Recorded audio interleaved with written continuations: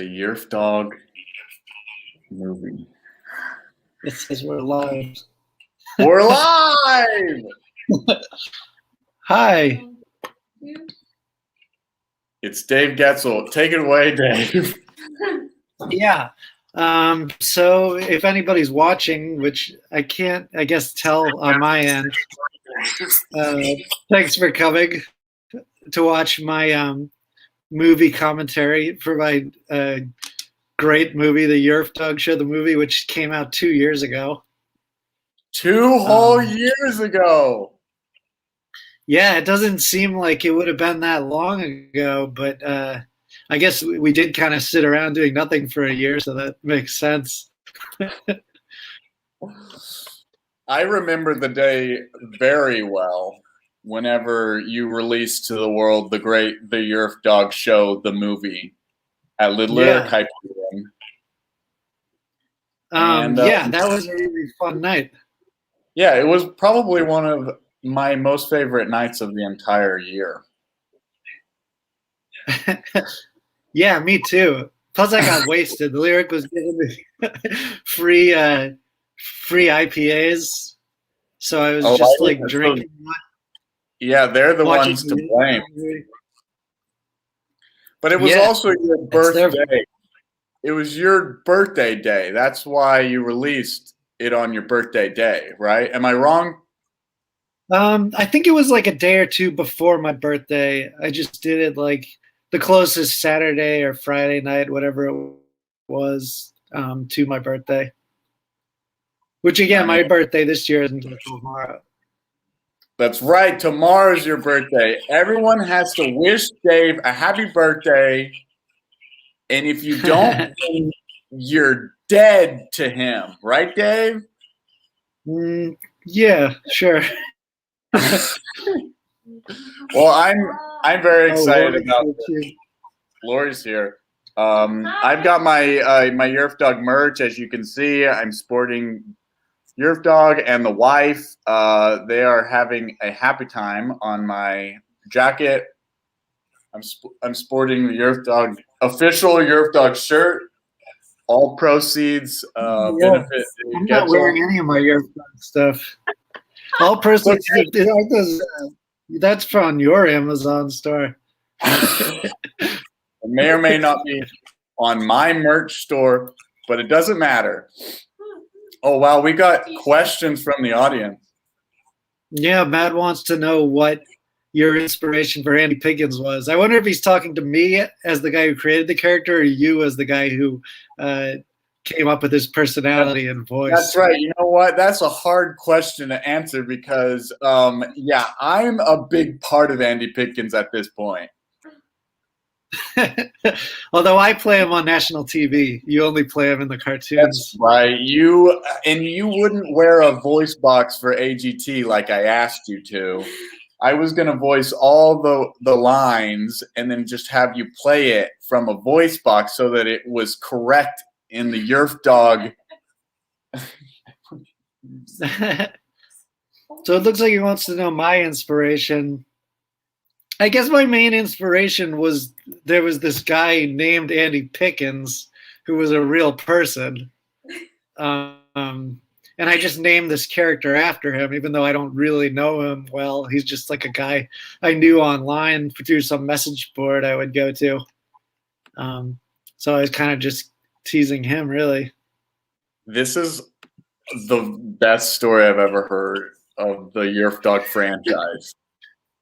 This man, and he looked like this.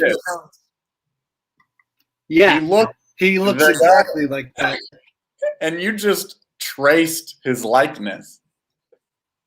Yeah, I just drew him exactly as he was, and then gave him a pig nose. He already had the tail, so it wasn't a lot of imagination. Yeah, he had weird ears and just looked like Andy Pickens, but with a normal human nose. I love this. So he was a part of a chat room. I mean, he's one of the best characters in the Yerfdog franchise.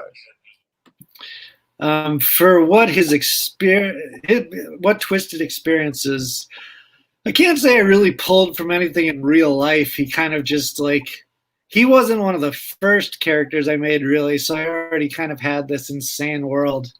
So he was just an addition into that. I guess he's one of the more rational characters, really. What does rational characters mean? Well, I guess he's a little less. He's a little less excitable than like Yerfdog, right?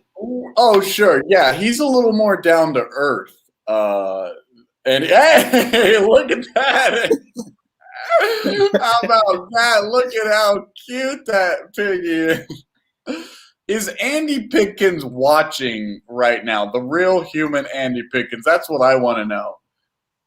The man. I would say probably not. Lori wants to know how I know what he looked like. I saw pictures of him. You saw pictures of him. Yeah, well, I'm friends with him on Facebook and Instagram. You know. Okay, yeah. I mean, well, there you have it. Well, are you going to intro this commentary? Are you going to intro what the movie is? Yeah. Well, this movie, when I made it, I had wanted to make like a bigger project for my characters rather than just like the kind of 5-minute ones I had been pumping out for a few years before I made this.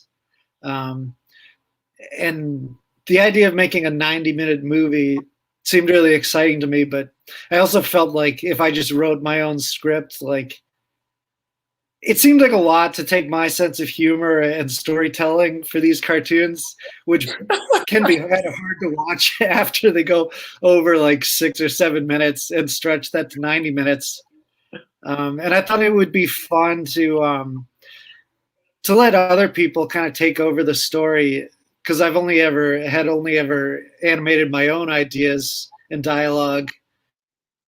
And it seemed like an interesting challenge to let other people write. So that's what I did. I divided the script up among 14 people and had everyone write a few pages at a time without showing people what came before it. I just kind of gave as much information as I thought people need. I agree. It was, and it was quite a journey. I would say that. Yeah. So anyway, this movie ended up being very experimental, and I don't know if it was really an experiment that was a success, but I do like it for what it is, and I definitely learned more about animation doing this movie than I ever had before or since. Like, I think my cartoons are better now because of this movie. So there you go. That in itself is an experiment well worth the time if you've grown. Oh, look at these questions popping in. Maddie K with the hard-hitting questions. A little bit off topic from what we were just talking about. He wants to know what my favorite breakfast dish is. I think it would probably be like a nice Denny's meal, like a Grand Slam or something, because you kind of get a little bit of everything with that. A little bit of everything. It's, you know what, not all that off topic, because there is some good breakfast conversation once we get to John Wyatt's section of the commentary. True. Plus they go to the restaurant Treat Williams a lot, and that was kind of based off of a Denny's. You mean I wrote it as a Denny's and you changed it into a Treat Williams restaurant? Yeah. That possibly happened. Oh. There's Uncle John. Hey, how about that? Because we both clicked on it at the same time. It's true. We both are excited that Uncle John, Uncle John arrives when you say his name. All you got to do is say Uncle John 3 times like Beetlejuice, and he just materializes out of nowhere. But anyway, I'm excited about the commentary. The commentary may indeed give the Yerfdog Show movie so much context that it indeed makes it even more enjoyable to watch than the original Yerfdog Show the movie. Yeah, I don't know. Well, it was really I haven't seen it. I haven't seen the whole thing, really so great I don't know. I'm excited to watch it tonight. Everyone I had asked like to do the movie was down to write for it, which was great. I didn't have to like do any backups and figure out other people. Like everyone was on board from the beginning. No one denied your request. Yeah. Have you Some ever people had, took their time. yeah, some people did take their time. I think good art takes time, you know. That's true. So I have a question. Are you have you ever asked anyone to do a voice for your cartoons and they said, "Oh, sorry, it's against my religion," or I can't, I wouldn't, I don't want to be a part of the Yerfdog franchise. No, nobody's ever not wanted to do voices. I really kind of have the opposite problem. Like, I would like to work with a lot of people, but like I get people every time I'm at show and tell. Like, often people I don't even know really will be like, "I would love to do voices for you," and it's like I would love to let them, but it's like I only have so many parts, and like I do like to work with my close friends, and like. Right. I do reach out to people who offer sometimes when I need new characters, but I can't always give everyone who wants to be in it a part. It's an exclusive club, and let me tell you, baby, I'm very honored to be the voice of not only Kidkins, but the snake monster, which was created it was like very soon, right before this movie. It was a fairly new character, I would say, right? Snake monster. He not too far before it. Clay. He was in the Clay universe. Yeah, I can get Lori's dad. This is true. You sure could. I mean, I don't know. I should have had him play the man. I know that he is offered, but and he does do voiceover. It sounds like Lori is pushing for you to ask her dad. So I think that's gonna fulfill some interesting fantasy Lori had of seeing her. If I ever do a sequel to this movie, I can have Lori write a section and she can write a big part for her dad. That actually brings up a great question. Is there going to be a Yerfdog Show the Movie 2? The sequel? I don't know. I've thought about doing this idea again. I probably wouldn't do it for as long a thing. If I did it again, I would probably like try to do like a 20-minute one where I have like everybody write one page each or something like that, where I let people read what came before them more than just like trying to tell people. But I don't know if I'll ever do that. It's just an idea. It's a lot of work, but I think it all pays off. I think everybody will see by how grand this commentary is. I'm excited. You wanna go? You want to play it now, or what do you want to? Oh, look at that! Yeah, you got it all set up. Yeah. Why don't we just start it? Everyone can enjoy it. Everyone can. All right. Can't wait to see it. All right. Have fun.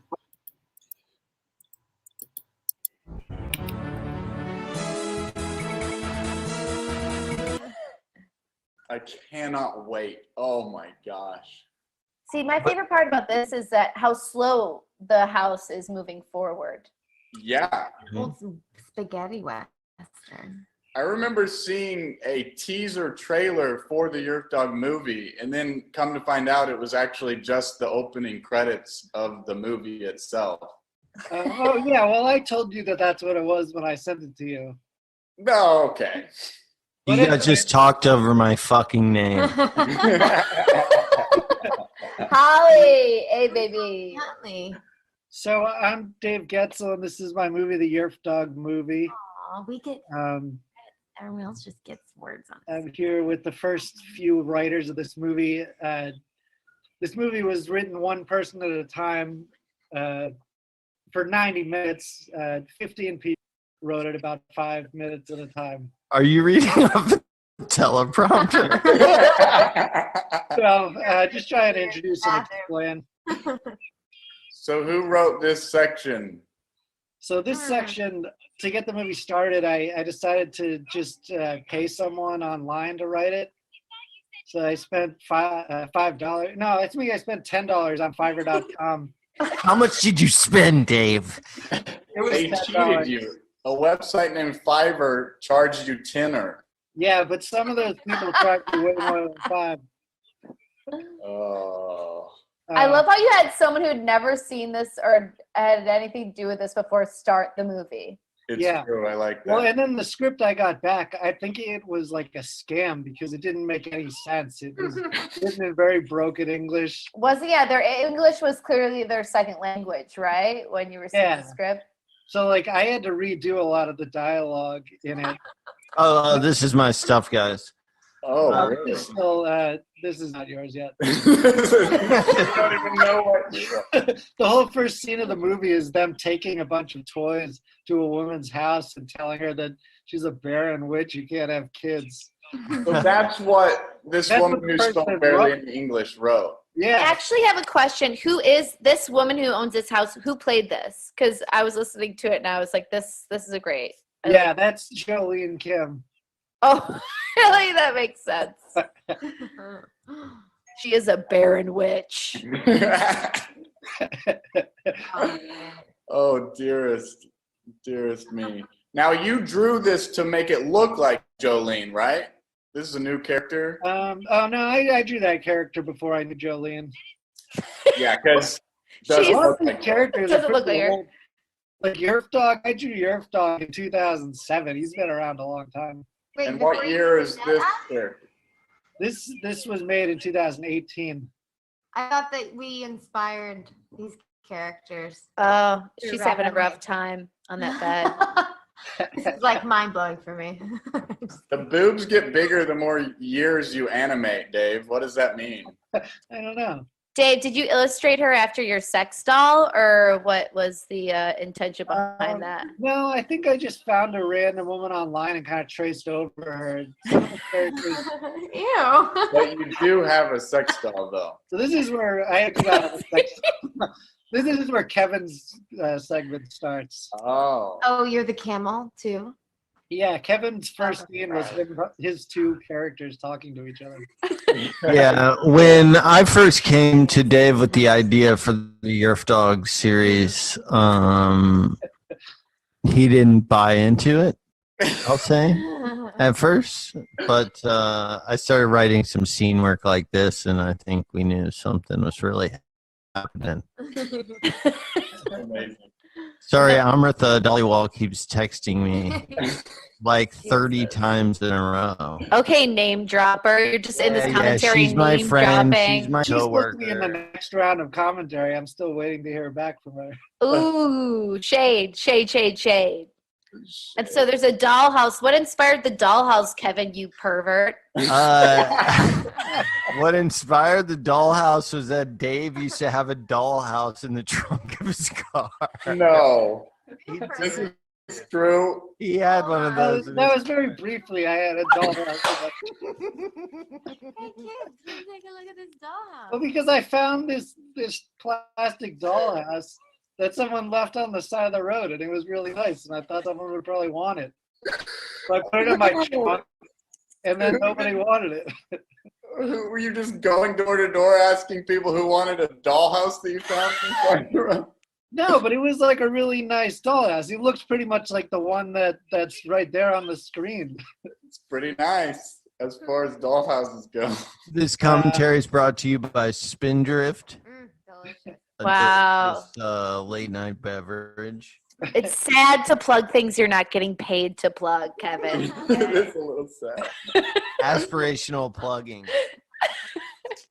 So, Kevin, when you were writing this, did you think like this is the best script I've ever done, or did you just think about how Dave needed a script, so you wrote it in a couple of seconds? I think the timeline for the movie was pretty unrealistic, so I tried to get the pages to Dave as fast as possible. You could definitely tell, like, a lot of people who were working on this took their time. Other people took their time and then wrote something in an hour. What grade did Kevin get for taking time? Oh.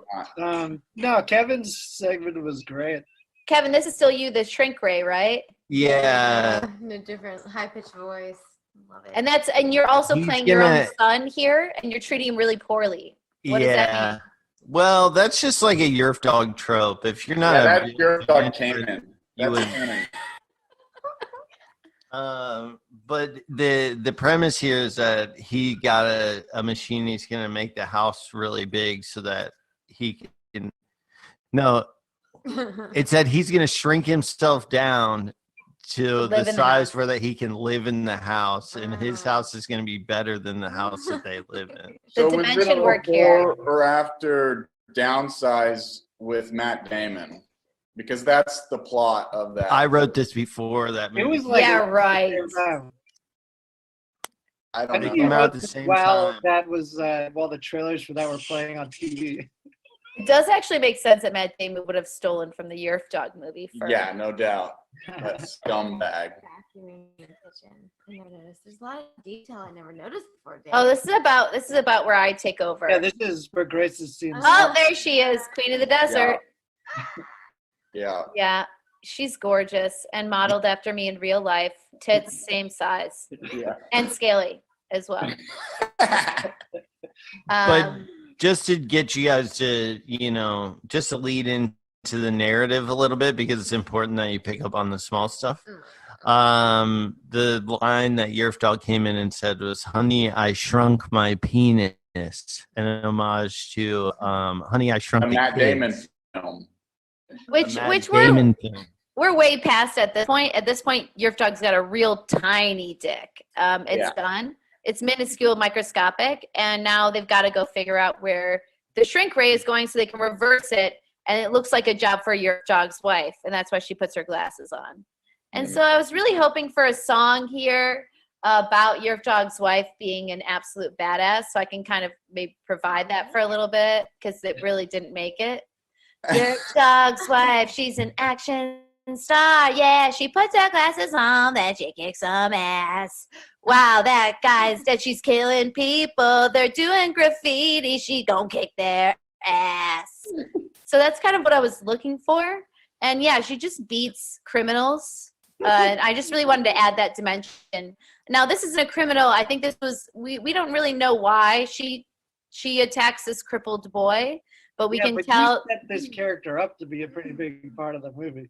Yeah, the crippled boy getting pushed off the cliff really set some things in motion. And I had a feeling it would, because we all love a crippled villain. And we didn't know this, but Yerfdog's wife is also a secret agent. So she's putting her stuff in the bag with the walkie-talkie. She's got knives and stuff. And she's, I was just inspired to make her really, Yerfdog's wife, really stand out. And let's see that other side to her, Holly, how did you feel playing this? I wanted to know how you enjoyed playing this script. Pretty normal for me. I'm used to having weaponry around.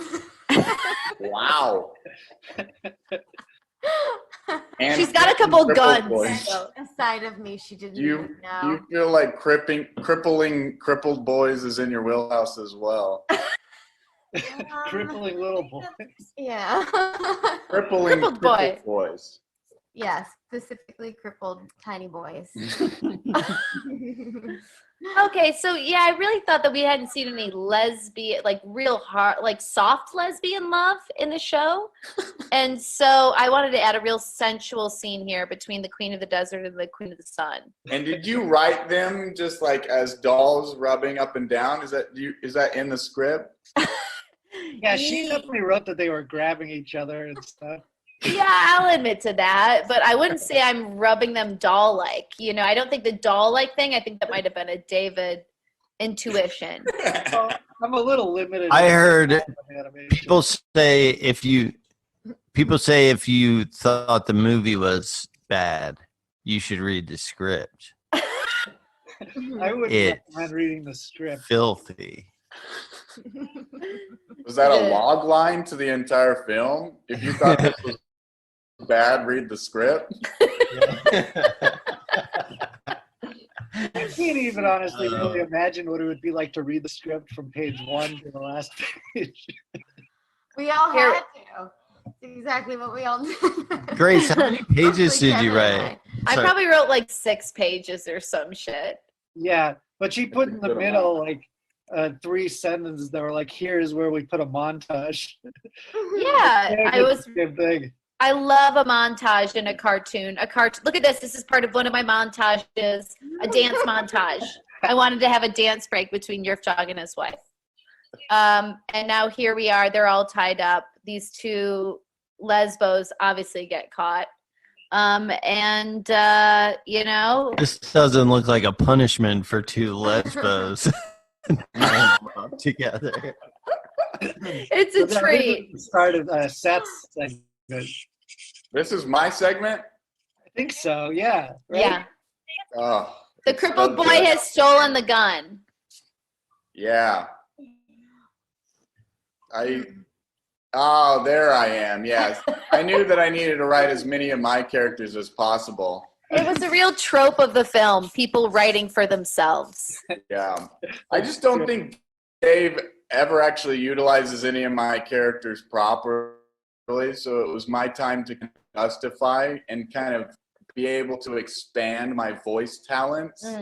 That's But they haven't really been able to be used. How'd you do this claymation, Dave?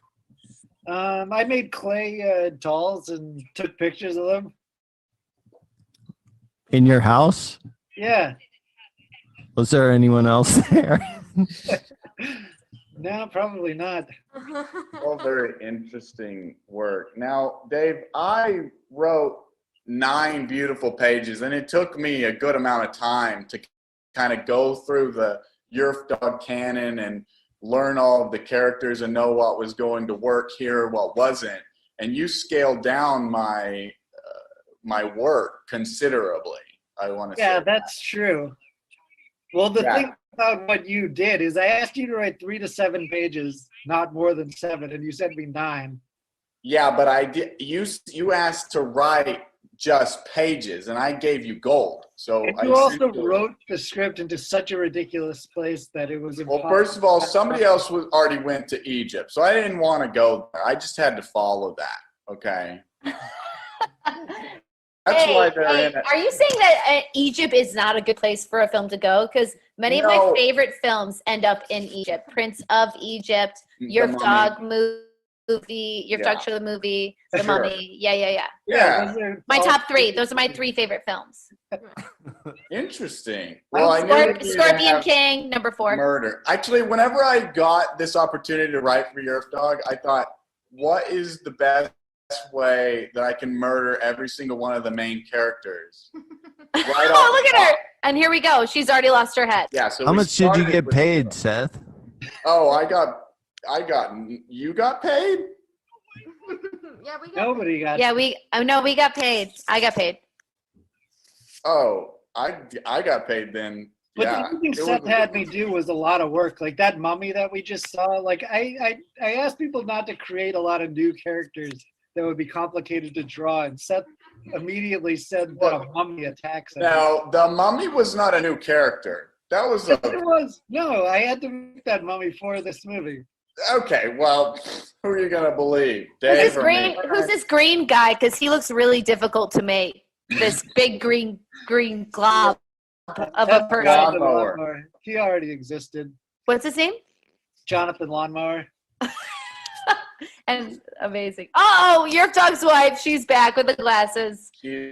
I'm glad you utilized that. Thank you for utilizing that. She dies. I went Game of Thrones with it. So she just immediately gets killed. No one's safe in my rendition of the Yerfdog. You killed the women. But here's the thing about Dave. He's like, he has a whole thing called silent. Oh yeah, I have Yerfdog's son get choked to death by the body of his sister. I think I wrote the intestine. The whole movie. But he just wrapped it around.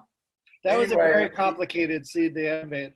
Well, it was simple in the script, and it was supposed to be ghosts because they go to Ghost Island, and you drew in skeletons, which is even harder. Well, to I already draw had the ghosts. skeletons. I already had skeletons. Who I has had drawn- skeletons and not ghosts? Well, because I had already had skeletons. I was drawing so much for this movie. I had Well, to cut Dave, corners it here. sounds like you're not grateful for the amount of work that I put into this. Wow, here we go. And this is where we take a turn here on this commentary, digging into the man, the creator of this world.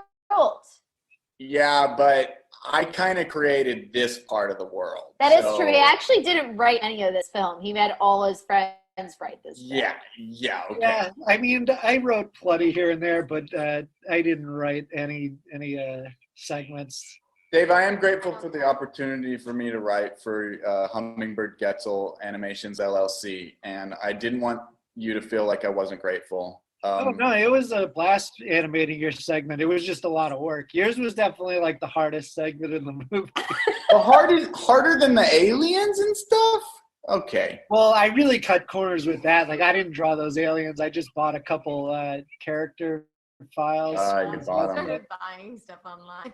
Well, Andy Did you buy this antelope? Who's this antelope? No, I drew that. I did buy this restaurant scene. I didn't draw that. Oh, that was another thing. They were supposed to be at Denny's in a script. Oh, yeah. Well, I told you before you even wrote the script not to put Denny's in it. But Denny's is your favorite restaurant. How could I not put Denny's in the script? And there's Yerfdog dying, the titular character getting murdered. So all four of the main characters have been murdered by the end of your. Yeah, I know. We're 3 people into 15 writers, and the characters are all dead. But what's really fun, desensitized to violence now. Yeah, I've always been a big fan of dark humor. That's why I'm huge into all of this murder and Yerfdog, because just like life, there's a lot of murder, there's a lot of death, but that's kind of half of what life is. There's life and then there's death. Like, there's a whole nother aspect. And if we're gonna go do an entire feature film of the Yerfdog movie and not visit half of what our existence even is, which is Ghost Island in the Yerfdog franchise, then I don't want to have any part of it. I washed my hands of this. Yeah. So obviously I needed to get to Ghost Island. Why is the mummy eating her Oh, brains? jeez. Well, that's kind of what happens. I'm So pretty Seth, sure is this that still was, you? I'm pretty sure that was specifically written to the script that he should be eating her brain out of her head. Well, these skeletons, which should be ghosts, that's why they're floating around like ghosts. Well, they're skeletons. It gives them more detail. I like it. Well, yeah, I think it's better. Okay. Well, they end up flying to Ghost Island finally. That's where I was really wanting to go. So now is where my section starts, really. Is when we get to go to my favorite place of the Yerfdog franchise. But we're Ghost almost Island. through with the part that you actually wrote. Because Well, after a while, I had to take over and kind of rewrite everything into a place. yeah, you completely took. Yes, and this was my plan on how to multiply my part in the movie. There's only 2 characters that I voice. But if you change the ray gun, the shrink gun, into a multiply gun, then I get more characters. It didn't work like that, Seth. Well, I split it into The gun didn't work like that when I wrote it into the script, okay? You can rewrite, Seth wanted it to be 1,000 copies of Snake Ghost Monster, which I don't even think would be possible for me to animate. because I knew you were going to downscale it. And so You went big, and then maybe you get Well, then 5. I reduced it to 3. Yeah. Still more. But Andy Pitkin he's really the star of the show. Andy Pitkins, he's a true joy to watch get animated. And this year we got to see franchise go into national television with Andy Pitkins getting on America's Got Talent, as well as the creation of the Andy Pickens. Are you reading off a teleprompter? And that's what I'm thinking. Like, this is the year for Andy Pickens. We're going to really see Andy Pickens as a character blow up, and I just can't wait to be there in the journey. As you can Andy, see, he's here. He's here with us in the chat. I got Andy Pickens right here. Make out, make out, make out. Andy. Hey, Grace, this is kind of on topic because there's a ghost on the scene, but remember that time whenever you were playing when Dave was the ghost and you were doing stand-up, and then He would heckle me. Yeah, and you kicked him so hard that he fell off the stage. at the big fire festival. Shins got bloody, and it was. Oh yeah, I kicked him down a set of stairs. I thought I was just pushing him back, and then he straight up fell behind a curtain and down a flight of stairs, and everybody in the audience could hear him just tumbling down the stairs. Yeah. Well, from what Seth told me, I hit a bar on the side of the stage on the way down and shook the whole time. The whole stage and shook when the King of the South fell, and it's one of my favorite moments. That was one of my favorite shows I've ever done. Oh, yeah, that was great. At Big Fire that year. Are we? Is this the part that you rewrote? Wasn't it the reincarnation station? Yeah, I wrote this stuff in because Seth's original idea was to have a whale with legs that had Pinocchio in his belly. Yeah. And then the King of the Ghosts sends Andy Pickens and the Yerfdog family to go hunt down a walking whale, cut Pinocchio outside of his belly, bring him back to Ghost Island. And that's like where the story would have had to start, that I would send to Amrita to continue. And she would have been very grateful. I think she would have bailed from the project. Wait, so they're all just getting reborn out of a... Holly and I voiced the characters that had birth to our characters. Yeah, they're... Oh, who's that? They're reincarnated. I love it. I believe one of my second favorite things of the entire Yerfdog franchise is the explicit nature of the random genitalia that Dave likes to put on. The scraggly hairs, they're so real. It's so real. Very anatomically correct, Dave. Who is this guy? I actually don't know who this That's is. Andy Pickens. He was turned into a real person. Oh, Real wow. person instead of a pig. He's man. got chunker, dude. He's got That's what I'm saying. It's the year of Pigkins. Now Are this is not. Are we doing the whole movie? God, I hope not. This is actually right at the end. I'm with this segment starting now, so I'll pause it. That Oh, Amrita Dhaliwal texted me multiple times. Yeah. Yep. Say it. So, Amrit, this is your section of the movie. Oh, fantastic. I think what I really liked about your section is how out of character the characters were. Like, they were all very sweet to each other when they're normally, like, complete assholes. That was intentional, Dave. Yeah, I kind of like, I think people tried to kind of keep their personalities in a lot of the writing. So I like people went in a different direction, which you did really well.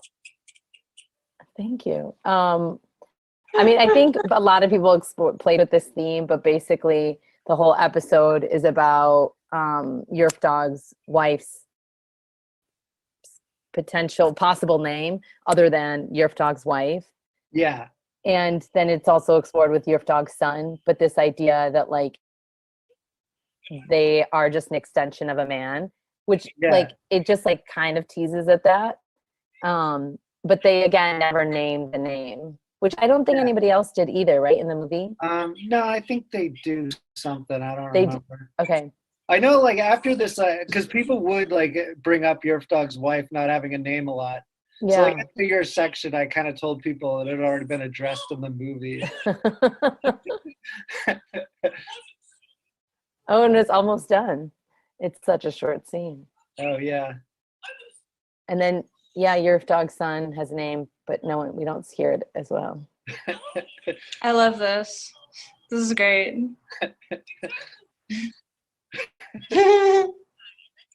Oh yeah, this stuff was really fun to make with them in the backyard. And then this goes into the next scene, no? This is still yours. It is? Because she's fantasizing about being rich and having a name. Oh, And right, they go to right. court. Oh, wait, I can't hear it. Oh yeah, I have the volume down pretty low.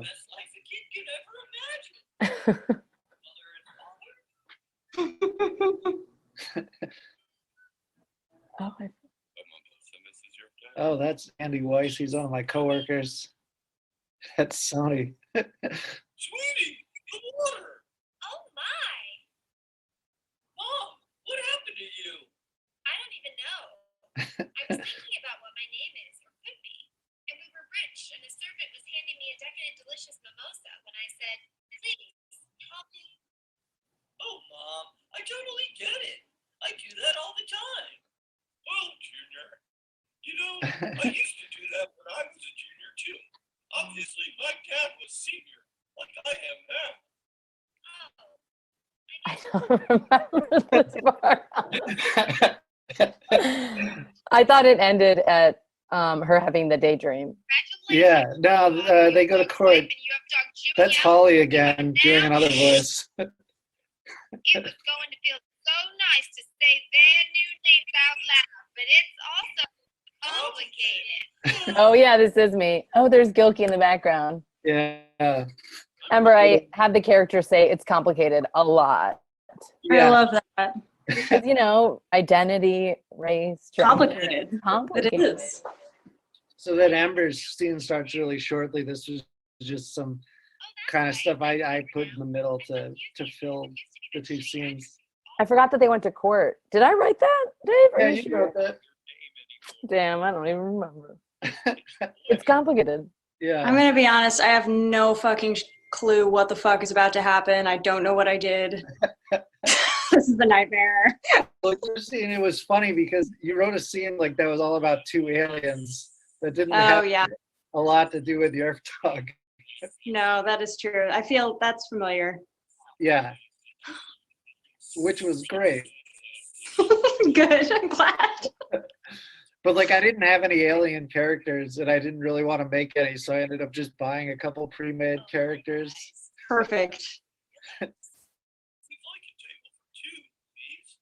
Oh, sure. That's no Yeah, I problem. remember I had to kind of redo a little bit at the beginning because I told you your scene started at a burger restaurant. Oh yeah. But it was like kind of a sit-down restaurant. You wrote it very like McDonald's, like people ordering at a counter. I feel like I just fucked up everything about this movie. Well, no, that was really my fault because when I say they're at a burger restaurant ordering burgers, it was completely normal that you would think that. You know, my favorite burger restaurant, Burger King. The restaurant. Hi, guys.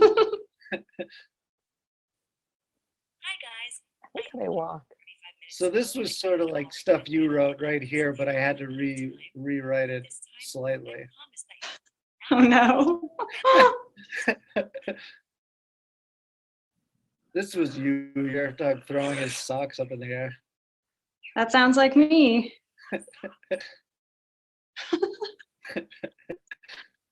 Oh yeah, here we go.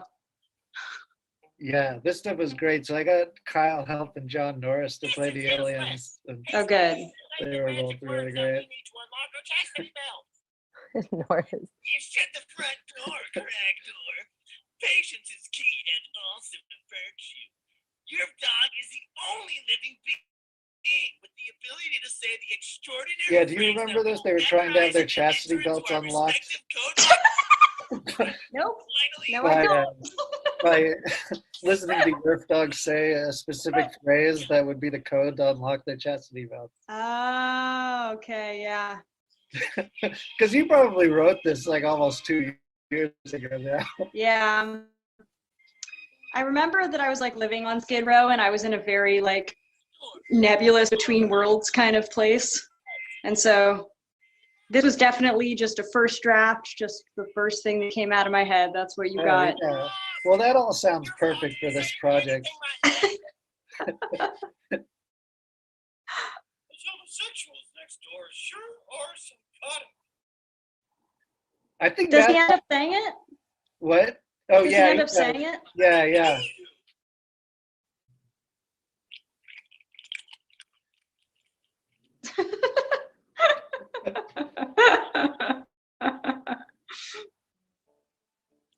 Oh dear. Oh, this was the other thing I had to really change in your scene. You put like a long scene with them talking about the movie The Cable Guy, the Jim Carrey movie. That movie rocks. Oh no, I love that movie too. But like, I didn't want to put anything in this movie that was copyright protected. Yeah, that is fair. So like, what I ended up doing, I just left your dialogue exactly the same with them talking about the Cable Guy, but then I just put in some weird old public domain Western movie instead. Perfect. It's a real hat-on-a-hat joke that I don't think necessarily lands, but I find it to be one of the funniest things in the movie. Did he just say "buckle my horse"? No, I don't think so. What the hell did he say? What did I write? I think he just. I love this spaceship. Yeah, they're all like there's a site I use where I can find like people's free art that they just put up for anyone to use. So that's where I get a lot of the sets. Other ones I. It looks great.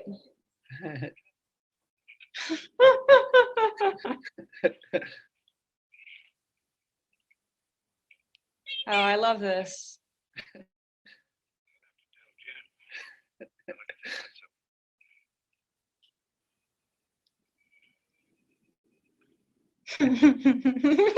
Psychotic.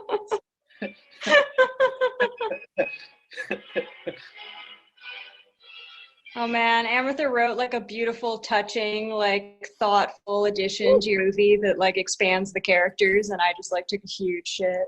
It's funny, like having different people write every few minutes. Like it's great to have one thing like kind of lead into another. Oh, this is where he says the magic words.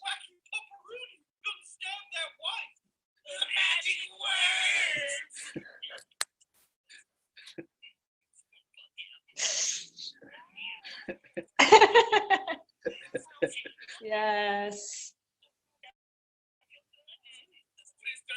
Oh, I'm happy for them. Yeah, I think that was a really nice outcome for those two characters. Yeah. For John and Kyle in real life.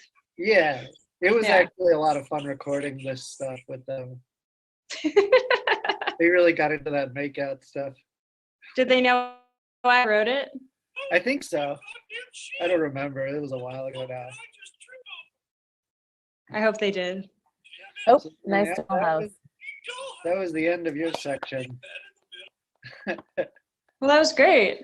Yeah. So this is John Wyatt section starting. This isn't my section. No, this isn't. But yours. What is Chad doing right now? I don't know. Like putting on chapstick.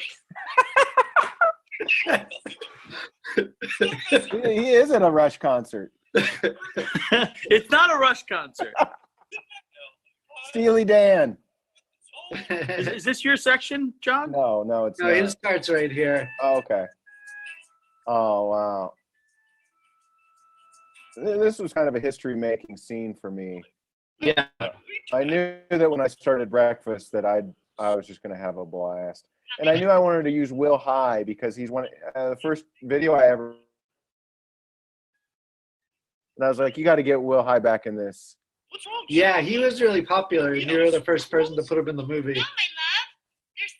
And then this other character, Ty, I was finally glad I got to do sort of this voice. That's a voice that everybody hates. That's your fat person voice. No, come on. It's just how some people talk. So I was happy to be able to do that. some people might call it indulgent, but I definitely wanted to have a lot of stabbing and homoeroticism and just, check all the boxes. Yeah. I have a taste for blood. I remember I had Chad read your section before he wrote his, Well, that's cheating.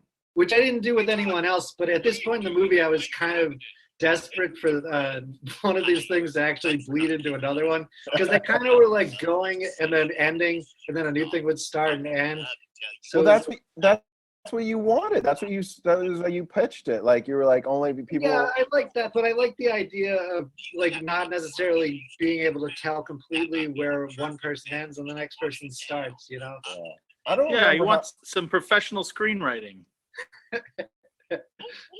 Yeah. Yeah. Where did Ty come from? What's up with Ty's crotch? Like, is he wearing pants?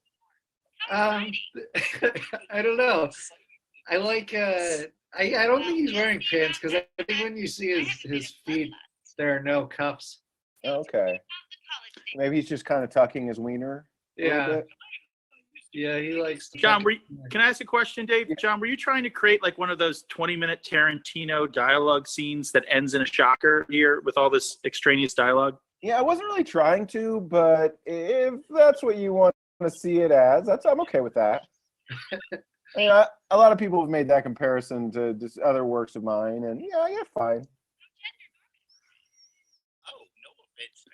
Yeah, this just goes on and on, guys. It just this, wrote this, itself. This conversation. It was a flash, it was like, wow, It was easy to animate. Yeah, John's was probably one of the easiest sections to animate. He didn't throw anything too difficult at me. The stabbing was like a little more complicated. I mean, I only need one location. Yeah. Yeah, that was good about both of yours. They both just kind of took place in one location each. Well, as a professional screenwriter, I think about budget. I think about the time of the people behind the camera. Yeah. Well, because the movie started and then it immediately went to Grace sending everyone to Egypt, and then Seth just had to do so many difficult, complicated things to him. You cut like half of his, right, Seth? I cut a lot because of it was so stuff, long. yeah.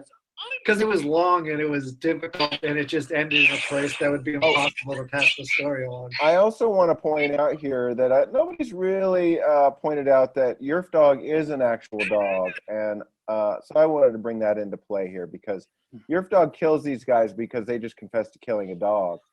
Yeah, I can see why he would be annoyed. Yeah. So, and then they get to go to Ghost Island, which everybody loves Ghost Island. Ghost Island. Yours almost feels like a fan film, John, of the Yerfdog universe, because there's so much inside information. Well, and it's true. That's what it is. I was a fan, and I was very pleased to be a part of this. Oh, is this where Chad starts? This is where Chad starts, yeah. Look at that, flies. Like, I had a lot of small details. Dave honored every one of them. Oh, wow. Yeah, the flies were actually pretty complicated. Look how gruesome. Since then. Oh, my God. I really wanted to sort of create some stakes in this world, like that things that happened mattered. And I also wanted to explore the sort of dark side of this relationship between Yerfdog and Yerfdog's wife. Figuring out how to have her smoke and blow out smoke was a lot of fun for animating, because I didn't know how to do that. Switch the plates. Just use the back row. Right, because I think there's also this underpinning of abuse in the Yerfdog wife relationship, little verbal abuse. Oh yeah. And I just kind of wanted to see her dark side. Mm-hmm. Yeah, this has kind of got a Lifetime movie feel. But we have to go there. Well, I think it's a little darker than a Lifetime movie, Right. John. Thank you. Yeah, but some of those are pretty dark.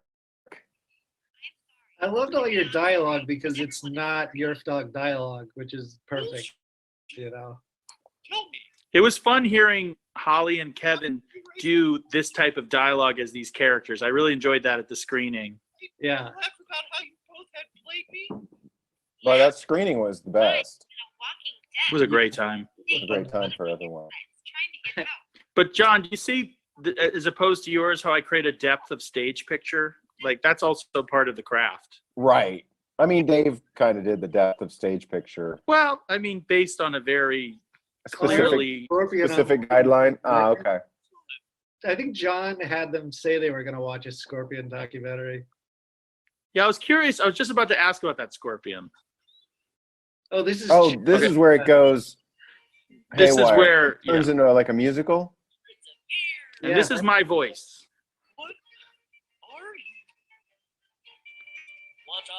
Where'd you get these mice? Did you draw these mice? No, I didn't want to. I bought these. Yeah, these are too good for you to have drawn.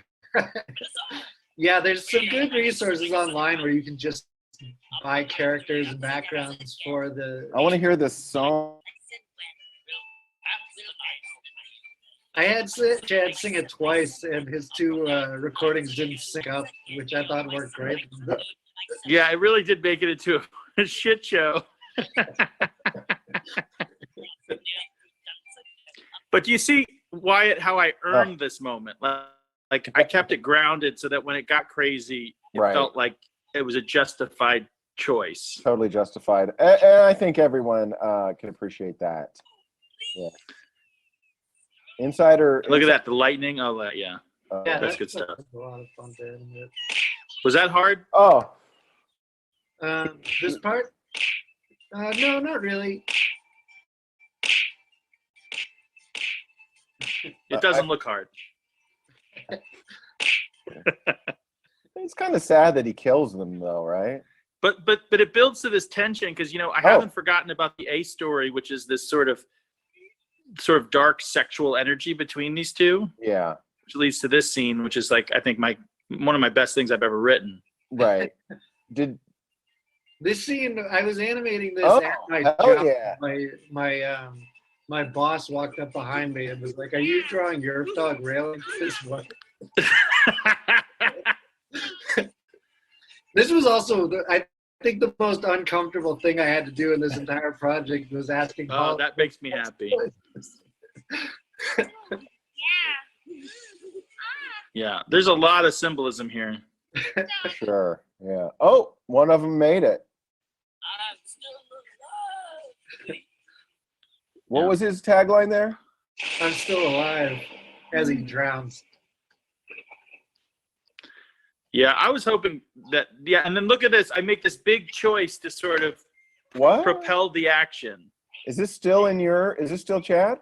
Yeah, this is. Yeah, I got a lot in mine. What is this? What's the heck is this? They got sucked into the ground. That's really pretty, though. Beautiful, right? Well, that was Dave, though. Well, again, if you saw the script, you'd understand that it was very clearly drawn out on my end. Right. Yeah, I mean, and also yours is great and everything, but you did get to see the script, and you get to see what I did. Did have to change it a little bit. You had like demon come raining from the sky. Oh, yeah. I did notice there was no demon come. I think it just was a little too complicated. Wow. So that's the end of Chad's section, but in a minute, John's song's coming up. The Ghost Island song. Oh, okay. John, did you write this? You wrote this song, John? I did. Whose section is this? This is I wrote this just like to fill a gap between two sections because I wanted to get the Yerfdogs out of hell as best as possible. I worked really hard to get them to hell, and then Dave essentially just gave them a one-way ticket out. Well, because I kind of was giving people the options to write about Yerfdog in hell, and nobody really wanted to do it. Maybe that's sequel territory. I don't know. Yeah. Is that Elen? Is that modeled after Elen? What, the skeleton? Yeah, the woman. Oh, I don't know. I didn't see. That is. This is just a lot of stock footage. You know? That's clearly Elen. Right there. Yeah, sure, for sure. This is a great song, though. I was really happy with what I got back from you. Thanks. You recorded the music also, John? I did. I mean, it was really simple, just like guitar and a couple vocal tracks. Because I'm not the best. Like, I used to be able to record well on like recording equipment, but everything's on computers. I know I sound like a total boomer, but I just can't figure out how to use computers to record. Oh yeah, audio is always the hardest part of doing anything. Like, so this was I love doing- GarageBand, but I can't. I don't know how to use that stuff. Audio is always. I will say this was a nice break in the movie. At this point, it had been pretty relentless, and this was like an enjoyable romp that was easy to follow. Yeah, nice little palate cleanser. Give everybody a little break from the visual assault and the mental assault.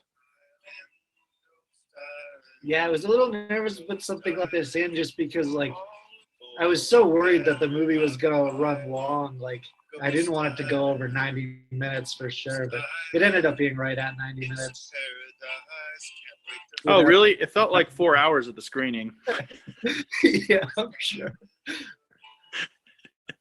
I don't think many people have watched this movie from beginning to end without stopping outside of the screening. Well, it's all fun, but there are a couple scenes that are so relentless. Yeah. Like Alec Trujillo's scene and stuff. Oh, my right. God. Yeah, well, because his ended up being like 7 minutes long, and they're just like talking in this very poetic language. Yeah, I think that was the nice thing about my scene is it's just very simple. You know, sometimes you don't have to go too crazy. That's true. I felt like this bit always did well in the movie too. The reincarnation station. Yeah, I always felt like that everyone perked up for a reincarnation. Yeah.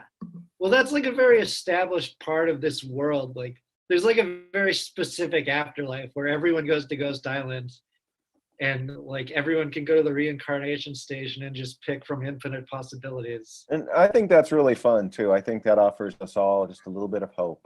Yeah.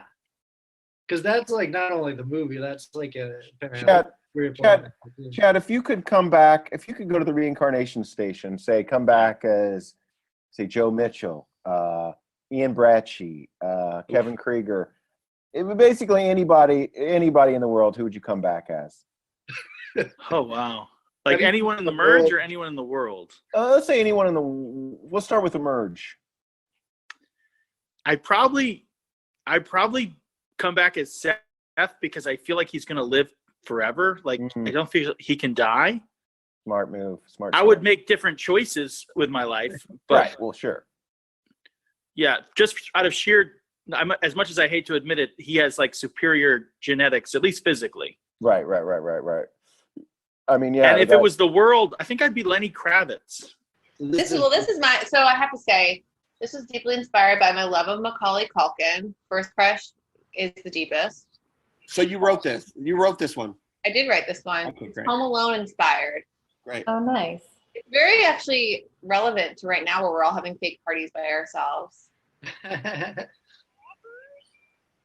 My neighbors across the street have this thing that they do all these crazy window installations, whatever holiday or season it is. And this reminds me a little bit of what they did on Halloween. Like with those shadows? Yeah, with the shadows. And they also had like a silhouette of a man hanging himself, which I thought was a little dark. Oh, man. Yeah, especially with the wreath of the chopsticks. Okay, now this part, me and Grace, let's get real juicy on wine. And then, of course, we get in the bathtub because I believe that a queen is only so much a queen as how many baths she takes. Daenerys. Remember that shot where they were grabbing each other's chests? I was animating that at work, and this guy walked up behind me at my computer, and the guy, he was like a FedEx driver, and I just kind of thought that guy must think I'm so weird. When I was a kid, I used to draw. Like, did you guys ever do that where you would draw porn to like turn yourself on, like drawing like a guy and a girl and like sexy parts? No kidding. I didn't realize that was a thing. Yeah, homemade porn for children. Why, did you do that too, Joe? No, I didn't. I would try to. Does anyone remember the Spice Channel? No. I don't know. Sounds. You guys are too young. You guys are too young for the Spice Channel. Did you have to pay for it? Was it like a pay-per-view kind of thing? Yeah, but you could only like occasionally you could see it. So it was like we didn't pay for it, but if you flip between stations, you can kind of see it real quick. I remember that. That must have been their advertising strategy. I'm sure that's intentional. Oh, my dad loved it. My dad loved it. Right. Oh my God, isn't it funny that dads used to have like magazines that could be found, incriminating magazines? My dad held on to a Vanessa Williams Playboy until he died. That is amazing. Yeah. Him. Because she became Miss America. She was Miss America at that point, and he thought it would be a collector's item. Sure. Here it is. So here's the bathtub aforementioned. I'm very grateful to Getzel for giving me such a large chest. Oh, thank God for cartoons. What one are you? Oh, Were there any parts that made you uncomfortable to animate? Did you ever get any of the scripts back and like, oh, The only thing that was really uncomfortable is Hey, that's me. a sex scene between Yerfdog and his wife, and I felt uncomfortable asking Holly to make sex voices. Is that the one you didn't put in it? No, it's in there. That was Chad's section. Okay. of course it was. You like the monologue I wrote for you, Joe? I loved everything. I wish I could hear what I'm saying again because really I don't remember right now what I'm saying, but I loved everything that everyone wrote. The camel, I love this because I just asked Lucia to do like the dumbest voice she could come up with. It's like my kind of like go-to dumb voice. I forgot about this. Oh, I like that I'm holding you between my bosoms. Of course. Oh. So this is Lucia's section's over. I wrote a little bit here to tie it between hers and Bitsy's, which starts up in just a moment. Like a freaking surgeon over here, just tying these like broken limbs together, making them into a monster. Yeah, well, a lot of the sections like didn't. Why'd you kill those kids, Dave? Why'd you write that in there? Well, I wanted them to become McDonald's characters too, so they had to go to the reincarnation. They had to die. Okay. Amazing. This So is this is Bitsy. Grace and Lucia again having. I'll always remember me and Grace. I think this is about to make an appearance. Yeah, Oh yeah, and that's Isaac as the devil. of course. He had way too much fun, I think, voicing the devil. Yeah, he's great. I want to use him again. Like he sounds like a voice actor. And for a good person, he's very demonic. He's like the best human and also very good at being demonic. Yeah. Usually how it goes.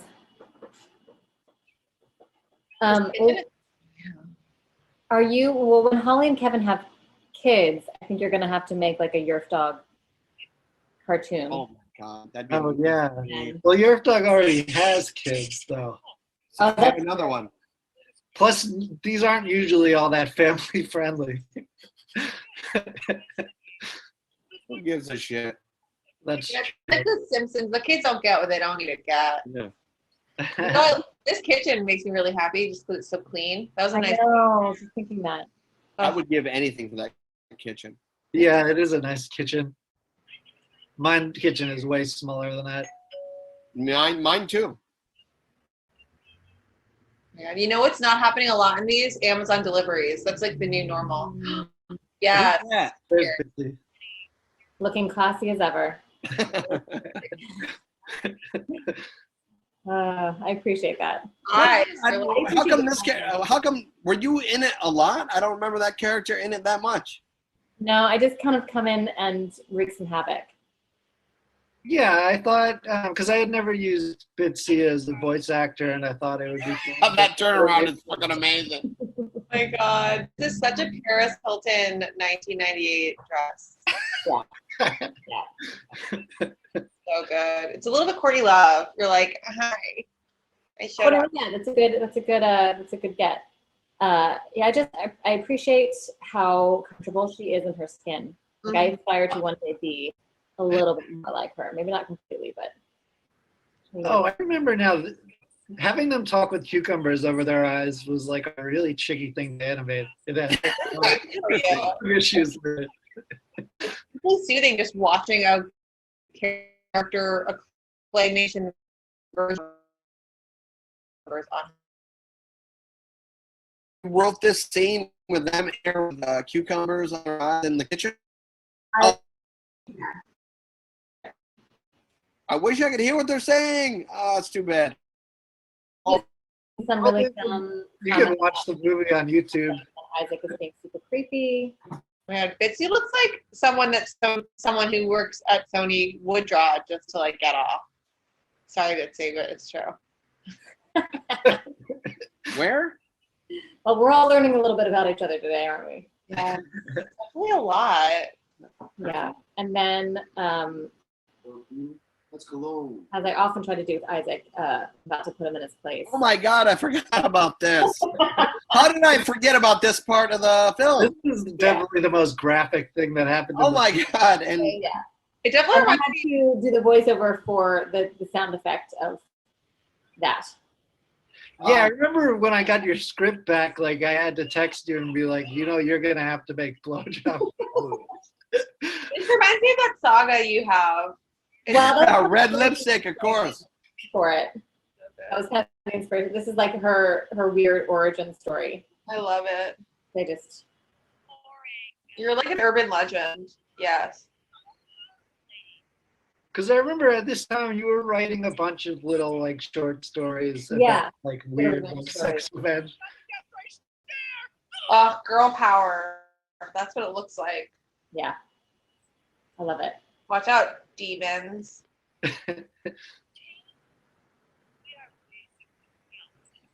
I aspire to be a woman with like no shame like that whatsoever. Yeah, it's that documentary about the woman who cut off the dick.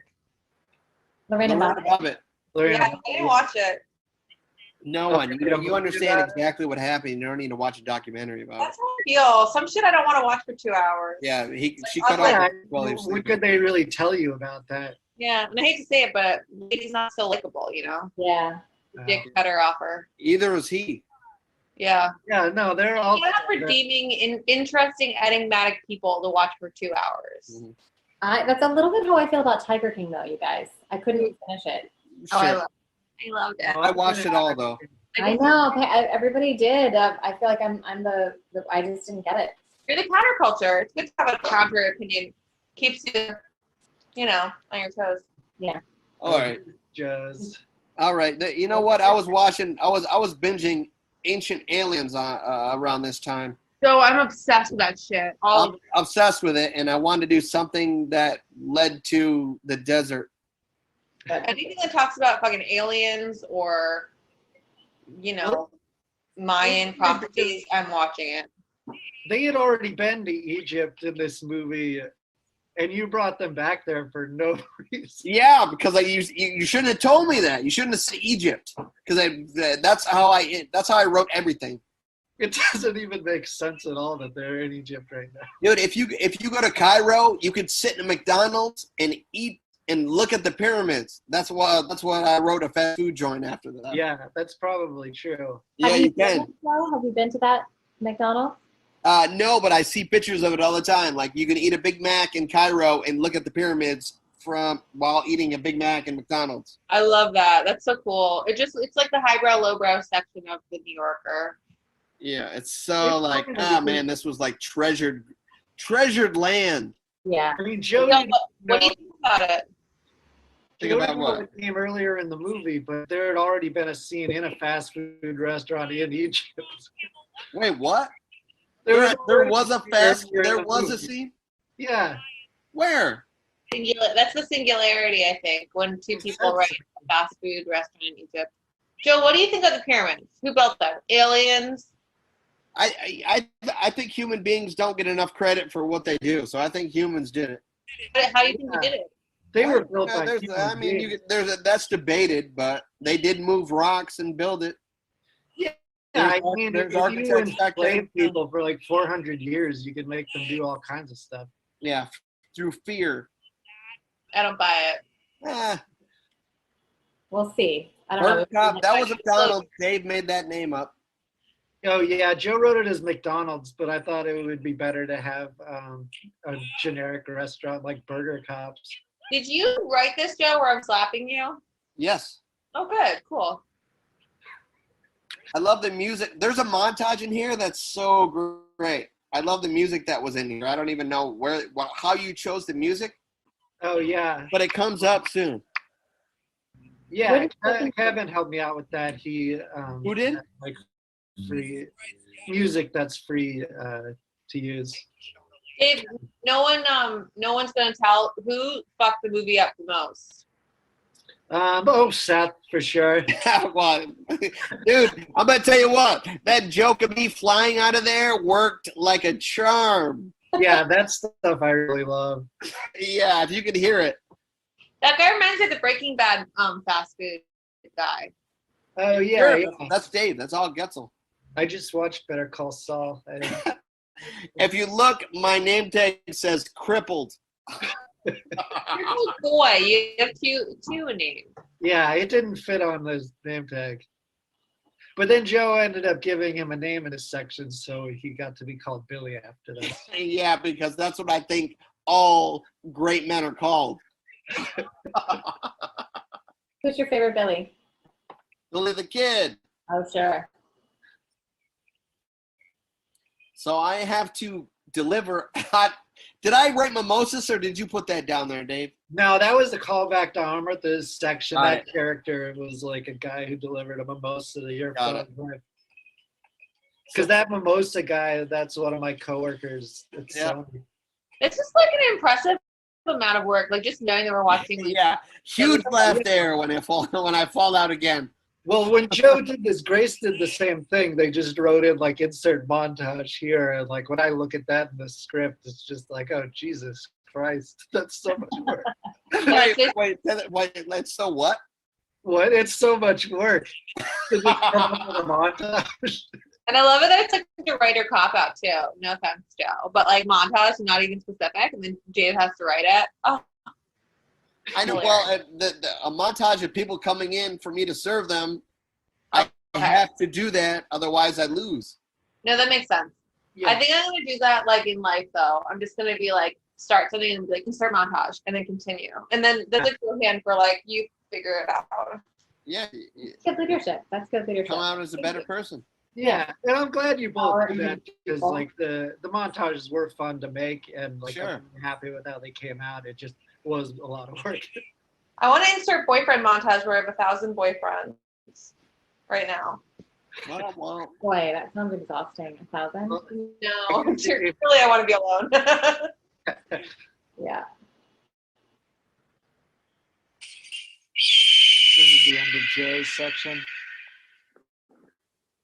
And Alex starts now.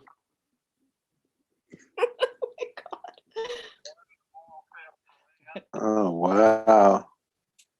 I threw in that astronaut stuff because you had all that stuff about him wanting to be an astronaut. I always thought I was going to grow up to be an astronaut.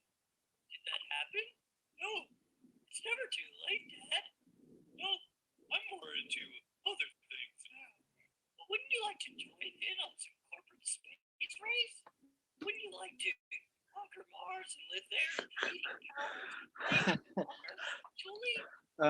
I remember. Yeah. You give them such weird dialogue that's so out of character for them. I remember taking like a lot of time trying to write something. Yeah. And I remember I wrote this and I was like, this is horrible. And I like tried a million rewrites and I was like, well, it is what it is. I gave it like probably 20 hours to work. Really? 20 hours? Wow. Well, not 20, but like a long time. Many afternoons sitting there with coffee writing absolute garbage. Yeah. Dave, you should feel honored. When we recorded for it, you came over to Kevin and Holly's to kind of walk them through it because the dialogue was so weird, and that was recording sessions I've ever done just because it was so crazy. I remember in my mind, I was like, it's not that crazy, and it's pretty funny. And then seeing them do it, I was like, oh, this is crazy, and it's not funny. Wait, did you air the movie? I don't remember seeing it. Yeah, you came and watched it at the Lyric Hyperion 2 years ago.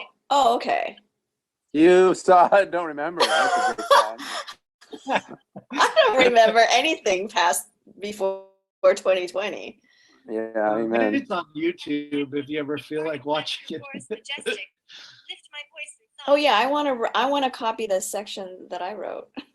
See now, the sweet sparrow. Oh, I love here when you made Holly sing. I always love to make Holly sing in these things because she doesn't really want to do it, you know? Oh, she was so uncomfortable at your house or Kevin's house, Kevin and Holly's house when we recorded it. Yeah. Oh, the clapping, yeah. It's funny because this is also this is like the longest section in the movie of everyone's because there was so much dialogue. And it comes like pretty far into the movie, so I feel like this section like does kind of like it's a weird moment for people watching the movie because like they've already been watching a while, and then it gets so weird. I mean, there's no way. Yeah, this movie is so disjointed and strange, right? Yeah, I mean, for the most part, I don't really picture anyone sitting down and watching this movie from beginning to end. Like, it kind of works better if you watch it here and there. It was very experimental, you know. It's very colorful. I like all your pinks. Oh yeah. I think. But you said it was a sparrow. Yeah, I think it all looks very good. What is a sparrow, Yeah. little one? But a representative of the great divine. I don't get it.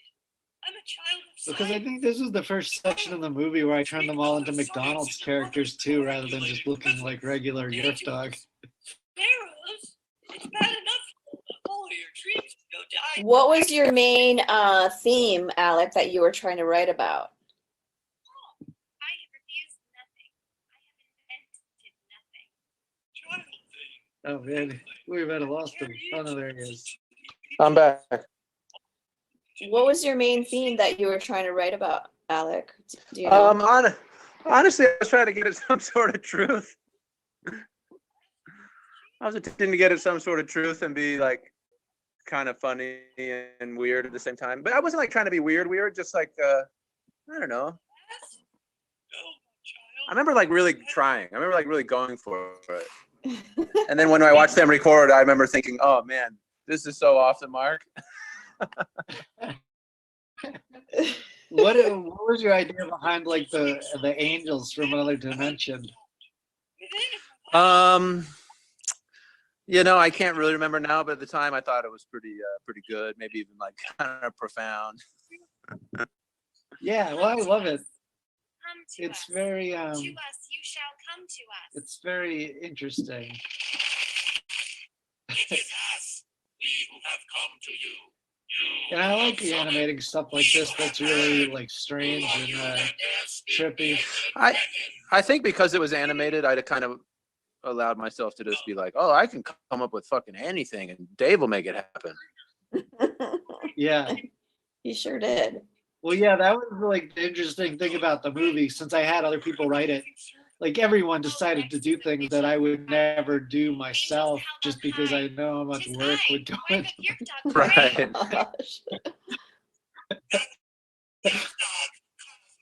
So like stuff like this, I kind of had to figure out stuff I never did before. Just having the screen break open like that. We recognize you. For what purpose have we been called unto ye? Please, if it please ye, please give our child. And the way we did your voice on the Angels was great because I think you recorded all the lines like 2 or 3 times, and then I just like pitched them all differently and kind of overlaid them on top of each other. Yeah. So you didn't write the McDonald's part in, Dave. You just turned them into McDonald's characters in this section. Yeah, that was like a whole Ghost Island thing where they all got reincarnated as McDonald's characters. I wrote that myself. Oh, I see. Oh, I see. I see. But then they were McDonald's characters for the rest of the movie.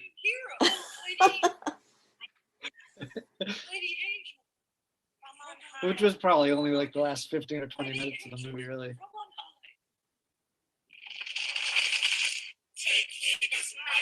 Are these the angels? Yeah. Yeah. I remember, Dave, you told me there was some like killer after them. That's all you told me. So I was like, oh, someone's got to get some like powerful weapon. Oh yeah. And I forget, like, I don't remember if you told me what to make the angels look like, or if you just said to make them look like weird, disturbing. They look creatures. like demons, not angels. Yeah, I did not say that. That was all you, Dave. Don't put that on me. I said angels and you drew demons. Stop,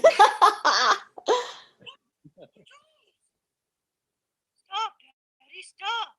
Calm down. Let me collect my act. Yeah, you kind of have them start hurting themselves here, and then Jolene like really runs with that intersection. Awesome. Yes, I think we should all chillax. Collect your digits, menfolk. Let us prepare for our fate. Yeah, this is Jolene's section. What a horrible nightmare. Awesome. I don't remember that. Bunch of residents. Yerfdog? Yes? It's Janine. Are you okay? Is it a terrible rumor that you were chopping off your body parts? Yeah. This character Janine that didn't really show up until this scene. She wasn't at the very beginning of the movie. Do you need me to call the doctor? For the opening. Nah, we're just chillax. See what I did there, Junior? Good job, Pops. Wait, so this is the first time she appears? Is that what you just said?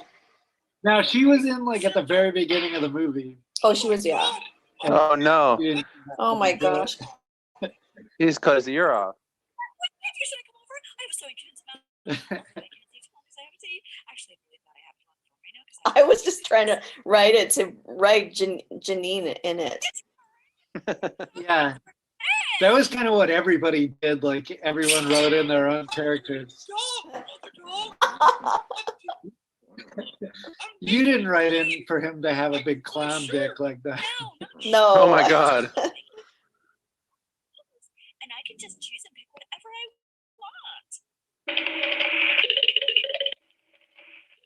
want. Oh no. Oh my gosh. I can't believe you wrote this, Jolene. I do not remember writing this. Yeah, I remember you wrote having his heart come out of his chest. While I did? And it was like a really hard thing to kind of figure out how to do on this type of an animated character. Oh my gosh. You did a good job. Her Thanks. arm looks like her leg. Yeah, I thought that too. Yeah, looks I good, remember kind of just messing around with their arms in that scene and making them act really weird because I didn't like, I don't know. I like how she to just slides off the bed. Yeah. Can we all just take a breather? Everyone, close your eyes. In and out. In It's also tricky, like and out. when people tell you to have them close their eyes, like the characters don't have like eyes that close, so I had to kind of figure out how to do that. Oh. Has the demon of death taken them so soon?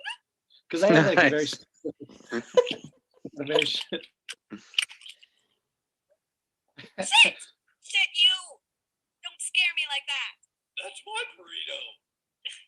It's stale I anyway. like how his penis is just looks like his. Yeah. I don't know what is Ew. happening. See, you found my magic axe, or rather, my magic axe found you and adopted you. Come on, Janine, let's go fuck.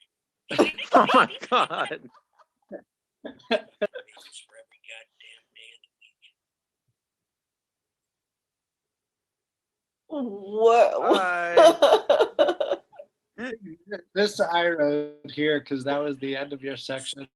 Oh my gosh. You guys had the two longest sections of the movie, I think, actually. Really? Or no, Alec had the longest section of the movie. You guys were the two people who took the longest to write when you wrote. Yeah, we took it Oh. serious. That's what I did. That's true. I definitely took it seriously. I was like, I want to have the best section. Or the most shocking section, actually. This is awful. They're gonna think I'm a big weirdo pedophile. Yeah, so that's really the end of your section. Man, I gotta watch this thing. I still haven't seen it. Yeah, so Tyler, your section starts a few days later. And we just start chatting, huh? Yeah. This bird is incredible, honey. I remember at this point in the movie. Yeah, why is he wearing that? And why is he white? Is he a ghost at this point? Well, they got reincarnated Yeah. as Ronald McDonald, and then got a bunch of injuries, so he's kind of just like a deformed clown.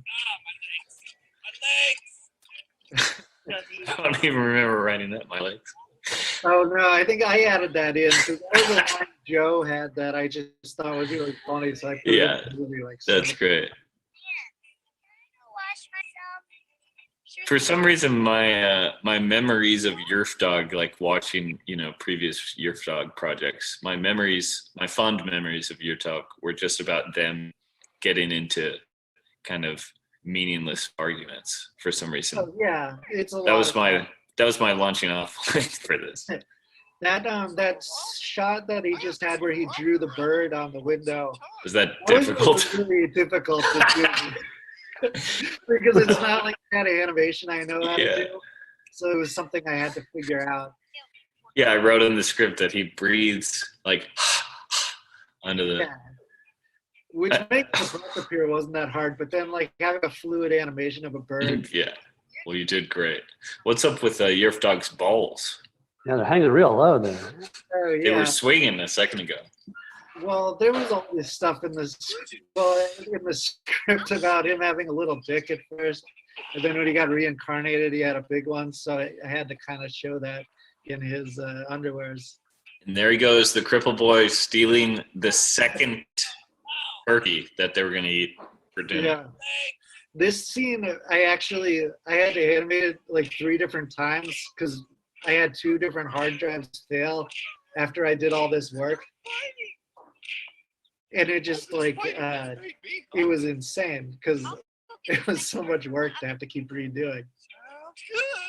Yeah, like half of John's section too, like I got through animating it and then I lost it all. Oh, really? Oh, damn. No way. So this section came out probably a lot better than a lot of them because I had to do it 3 different times. Look at that beautiful sky in the background. Yeah, it's nice. Whoa, the fork and knife melted. Yeah, that was another thing that was like a little difficult to animate. Did I write that? I don't Yeah. think oh, really? Oh. There they go. This is like where John's section starts. Now, not anybody ever got that, but that was a reference to the end of Planet of the Apes. Oh yeah, I figured. Charlton Heston, like the original? Yeah, because I knew I had the last scene, or more or less the last scene. So, yeah. So he's coming to the light. He's realizing. I can barely hear it. Can you guys hear it? Yeah, no, I put the volume down kind of low.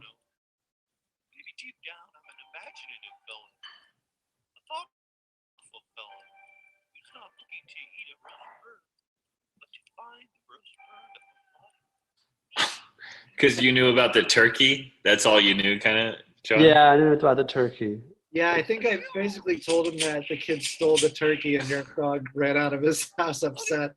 Yeah. He is super battle torn right now. Yeah. Oh no, what's that whistle? Oh, what? He shot him out of the air? Yeah. Yeah. Immediately. I don't remember this. Yeah, I think I added that in. He goes to hell. Because there's also a joke that somebody added in there that wasn't mine about a shower, something about taking a shower, maybe. Oh, it could be. I think Kevin probably improvised it. Yeah, that could be. The leaves coming from nowhere. There's no tree. Is there a tree? It was supposed to be in a tree. Yeah, that Maybe there was. But you didn't take time to draw it, apparently. You had better things to do than draw a tree. Did the sun resurrect as a moon? Well, yeah, remember Max and Ike from McDonald's? They're all McDonald's characters. Oh, yeah. I love this. This was another Whoa. kind of tricky thing to figure out. Whoa. He grabs it, huh? Yeah, I was happy with this idea. I was even proud of this idea of shooting the bullets and grabbing on to go for a ride. Oh. Yeah, I just love that. That'd be a convenient mode of transportation. Yeah. Oh yeah, he has one Ronald McDonald. Now I see the footwear.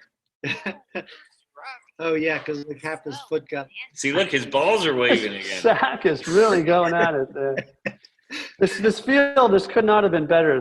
How you drew this field. It's exactly how I imagined it. Oh, okay. Did you draw those flowers and then copy paste? Yeah, there's like maybe 2 or 3 of them just copied and pasted. Oh, yeah.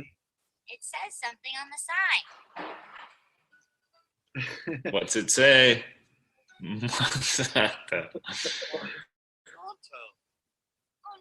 Yeah, I love the settings that you had them go to. Were really fun to. I think visually this section's really great. He took off his underwear. Yeah, I was not considering really what challenges I was laying for you in terms of. We're gonna get the Medal of Honor from the president. Why are they putting the flowers up their butts? They're trying to protect them from Monsanto. Oh yeah, they're hiding them from Monsanto. Yeah. I wonder if that worked. Is that the Wright brothers playing? That wasn't me who wrote that. That must be you. No, I added that. Yeah. This is a cheap ending, but I did kind of like it. The family's all together. That's nice. Yeah. They've got these beautiful, sweet farts they're letting go. That's the ultimate vulnerability, is if you can fart freely amongst That's right. people around you. And really enjoy them. Dad, you shot a hole in the sky. It's full of stars. That's also a reference end of 2001: Space Odyssey. It's full of stars. Oh, So I was trying to pull in these references to endings of great movies. Those flew over everyone's head. I'm sure. That one I didn't get for sure. I remember making the background for this one was really difficult. My question is, are the stars falling or is the land rising? Okay, Tyler, you stop showing off. That's crazy. This is beautiful. These beautiful farts floating up, the stars falling down. Wow, so many stars. That'd be a good wallpaper, like in your house. Oh yeah. Be a good kitchen accent wall. I should print some of that up and sell it on Amazon.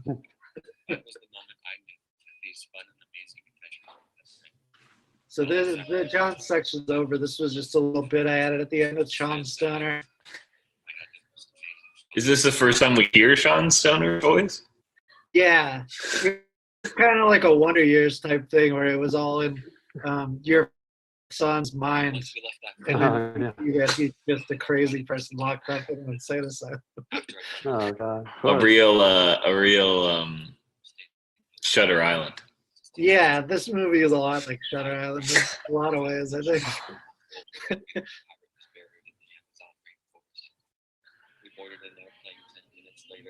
Now, have you ever taken a disc of Yerfdog or a flash drive and accidentally left it with some of the mail at Sony Studios? Oh yeah, that would be a good idea. You were like, "What's this in my mail? How'd this get in here?" They can make a studio-produced version. Oh yeah! That's wow, that's that. Yeah. Incredible. We made it through. Yeah, I'm really happy I got this music from Murphy and Ricky's band, Thom. Yeah. Oh yeah. Really good. Yeah, they were recording all sorts of stuff. Look at those credits, man. These credits are. One day, these credits are going to be worth hundreds of thousands of dollars. It's funny because there weren't that many voice actors, so it's yeah, Kevin's got Birthing Woman. People would want to know who did every single character. Who was your favorite new character, Dave, through this project? Probably the mimosa guy. Twice, and I just got my coworker at work to do the voice. What does he say? He just says, "Here's your mimosa, Yerfdog." What more do you need? Yeah. Oh yeah, I forgot you hired a woman on Fiverr, right? Yeah, no, the first scene of the movie is so ridiculous. You didn't get her on the Zoom call, did you? No, That would have been incredible. I guess that would be amazing. Contact her. You could just pay her $5 more to do the Zoom call. I feel like she probably English wouldn't be her first language. That's fair. From what I read at the script. Stabbing at Treat Williams. Treat Williams is a Texas thing. Well, Treat Williams is an actor, but oh yeah, it's also the name of the restaurant that they keep going to. Mm. It was supposed to be kind of like a Bob Evans type thing, where the restaurant just is a name. Yeah. Breakfast party. Mice up nice.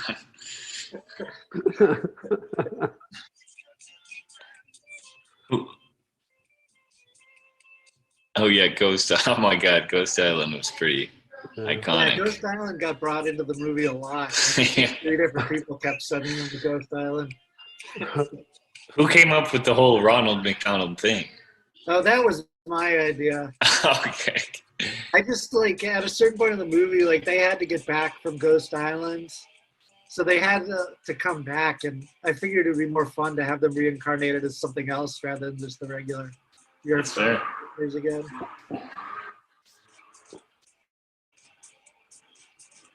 Oh, Mighty Angels. That was a good one. Wow. What does it clock in at? It's right at 90 minutes. Wow. Which is great because I didn't want it to be longer than 90 minutes. And I was really worried through the whole thing that it was going to run long. Because there's no way to know with a project like this how long it's going to end up being. You can. Yeah, because you had everybody right. Yeah. Yeah, and it's hard to edit anything out because I didn't write any of it really. And none of it makes sense anyways. So it's hard to know what to cut. Because it doesn't have a normal story structure, obviously. Right.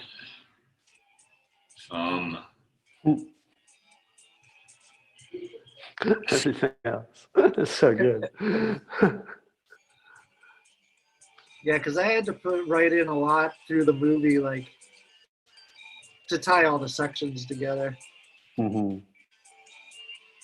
But the hippo right there at the top, show and tell. These are freaking LA staples. Well, it was a lot of things that either had something to do with. Who are rooster fights? Rooster Fights is it's this message board online that I've been a part of for a long time. A lot of the characters' names and stuff came from people that I knew there. Talia. Take your time. Denny's. What's your go-to order again? What's your go-to Denny's order?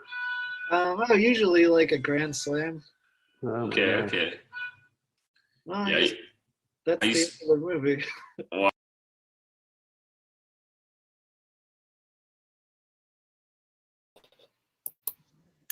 Hey, we're back. So that's the end of the movie. Wow. Dave, how do you feel? I feel good. The screening and all the commentary to the screening has been released in the wild. I think there was a lot of behind the scenes information that makes everything more exciting to know about. I would agree with that. I would say watching that back was, for me, thoroughly entertaining, getting to hear everybody's explanations. Oh my God. What was your favorite part when Chad said he would pick you as the person he reincarnated as? I need to call him right now and say, "You're not wrong, Chad. Living my life. Wow. Yeah, you'd not regret it." Oh my! I wonder if he knows that I have a hereditary kidney disease. Oh, do you? Oh yeah, I've got a hereditary kidney disease. So good luck with that, Chad. Ha! Joke's on you, buddy. You didn't know I had a kidney disease. Regretting that. He'll be regretting that when he's asking for kidneys. Yeah. Man, I bet your kidneys are healthier than Chad's kidneys, though, even though he doesn't have a disease. Well, I don't drink, so there's maybe they're minorly healthy in that regard. I guess, although I don't think Chad really drinks from what I know. Maybe he does. His name is Chad. I think by that fact, he has to be like an alcoholic in some way, right? Aren't probably. Chads are heavy drinkers. That's just what comes with their guess. name. Let's take him out drinking some night and we'll find out who's got the best kidneys. I don't think Chad's watching this right now because he hasn't reprimanded either of us yet. Oh, no, I would guarantee you Chad's not watching this right now. I think he was teaching a class or something tonight. Classic. That's a classic Yerf. Am I right? Yeah. Yeah. Oh, Dave, that was fun. What are you doing for your birthday tomorrow? This? Yeah, no plans really. I mean, just trying to keep active a little bit. I might walk down Bologna Creek a little bit, maybe down to the beach. Heck yeah, dude. Down to the beach? Wait, you can walk to the beach from your house? Well, I have, but that takes a really long time. I might drive a little bit and then walk from where I drive to down to the beach. A couple miles. But I've done like a 16-mile round trip to the beach before from my place. Like, it takes a long time, but it's doable. You just keep walking, you know? Just keep walking. Just keep walking. That's amazing. I can't walk to the beach from my house. That's impossible. Straight up impossible. Well, you could. It would just take a very, very long time. I guess you're right. I do have 2 able-bodied legs.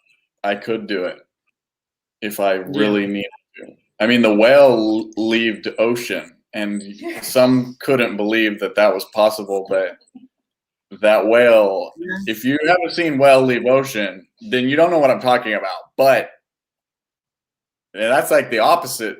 The whale was in the ocean, and he got the heck out of there.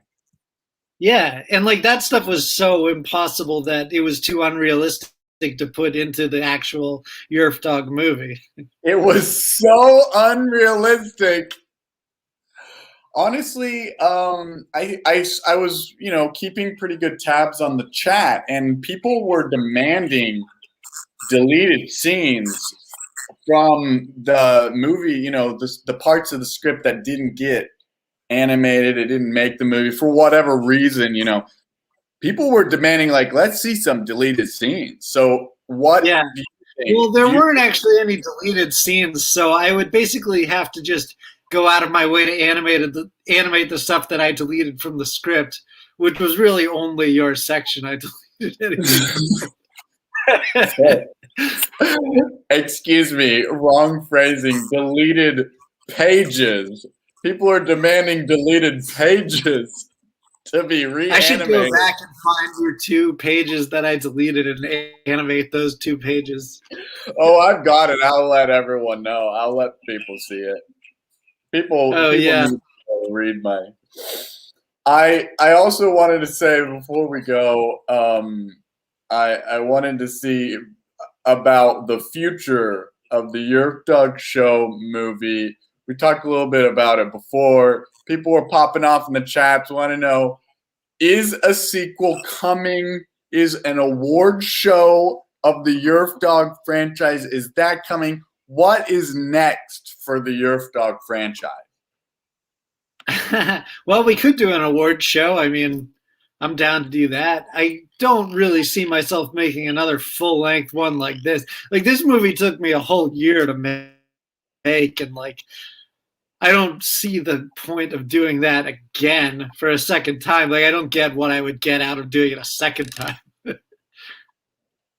Maybe besides the fact that everyone would enjoy it.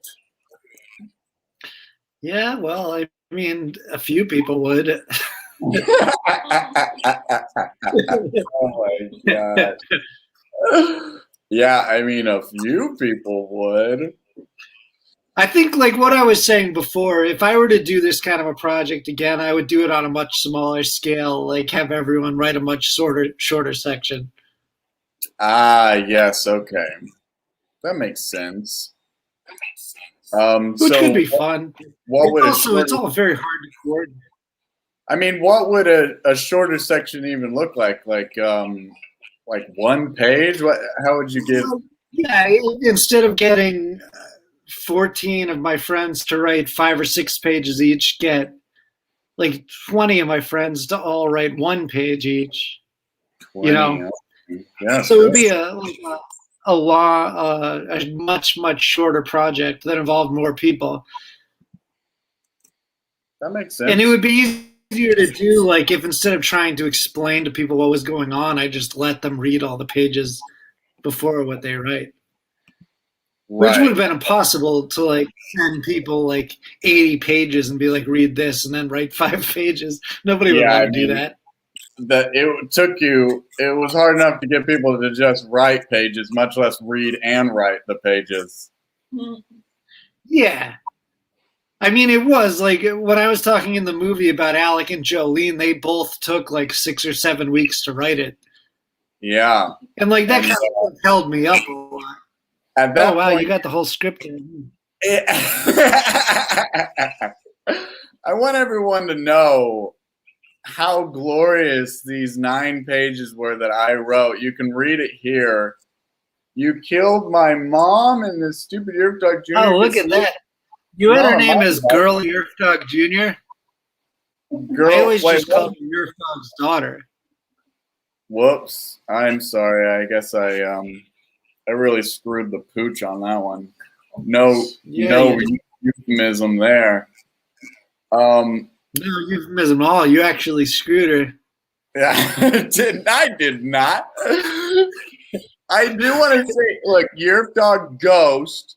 Okay, I said ghost, not skeleton. That's definitely in the script. And we've got. You also wrote Ghost King, and that character's name is the King of the Ghosts. Okay, well, you know what? At least I knew there was a King of the Ghost. I just had the wrong name. I do really want to see what Pinocchio looks like in the Yerfdog. Oh, yeah. I never drew. I could probably just cut a picture of him off of like Disney.com. Disney.com. Oh man, this was a pleasure, my man. What is J-Bone? That's a good question. Wait, what is J-Bone? Is that something you wrote in your Yes. If you hear things in the background, it's because Lori is just talking over our talkback. She can't help herself. Talking under. Lori loves it. They're a big fan of the Yerfdog. J-Bone is Girl Yerfdog Jr. pushes her brother to her. Oh, I'll tell you what J-Bone is. Okay, so you got mad at me for making you animate a mummy, but all I did was wanted you to use John Gilkey's character. Oh, yeah. That's right. You put in John Gilkey and Chad Damiani, which a lot of people did. And my thought in making this movie, which in hindsight, I should have just put those characters in because, like, who outside of our community would watch this shit anyways? But I kind of felt like I didn't want, like, too many in-jokes. Like, I didn't want, like, John Gilkey and Chad Damiani to be the gag, you know? To be fair, I was not using John Gilkey as a gag. I was using his likeness to propel the plot of an interesting side character that looks like an insane skinny person. Yeah. Well, that's Anyway. also like I have like a still image of that character, but I don't have like a working like lip syncable version of that character with a moving mouth like I used to, but it got lost sometime when my computer lost some files, and it's not like an easy one to recreate. See, these are the things people don't know. They don't even know your process in, you know, for the people who wrote the thing, but also the people who watch the movie. They don't even know your like the fact that you have to sync mouths. What does animating a new character even look like? How many hours is that? How do you even animate? I mean, I don't think a lot of people knew you bought characters like that. People didn't even know you could do that. Yeah, I mean, it's not as easy as it used to be. There used to be a website that was a good source for that, and they kind of shut down. But I mean, I never really did it before the movie. I kind of only really started cutting corners then. But yeah, a lot of the backgrounds I used like were drawn by other people that were sold, and like they just look better than what I could make, and like I think they fit my world pretty well. So like I'm happy to use them. Love it. Oh man. Lori wants you to put this movie in front of a selected group of random people as a watch party focus group. Do you think you could pay? I thought about trying to like put it on Amazon Prime because I think they'll pretty much let anything go up on their site, but I never really like went to the trouble to figure out how to do that. Well, it does take a bit of an effort to attempt at least. It also like seems like the kind of thing like you could get up on Amazon Prime, but like not many people who randomly pick this movie on Amazon Prime will watch more than 5 minutes. But I mean, I don't know. I could definitely see this. I could see you renting out a theater and people coming to watch the, like, you know, throw spoons at it and stuff. That's like. I definitely do want to do another. I want to do another screening at some point for sure. I think now that there's a theater like Silver Park Arts that's like really cheap to rent out, I could see doing this again. Well, I'm there. I'll be there. Because it was tough with like the Lyric or like any actual theater. If you were to rent out, like it's very expensive to rent like a theater, you know. Yeah, but whenever we're all flush with cash, we'll just be able to drop that. That'll mean nothing. And you know what? We will definitely be flush with cash.